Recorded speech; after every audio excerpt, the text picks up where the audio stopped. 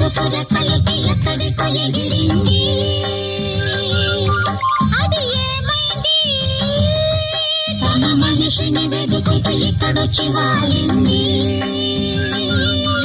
కలగాని కల ఏదో కళ్ళెదుటే నిలిచింది. అది నీలో మమతను నిద్దురలేపింది. అరే ఏమైంది? ఒక మనసుకు రెక్కలొచ్చి ఎక్కడికో ఎగిరింది. అది ఏమైంది?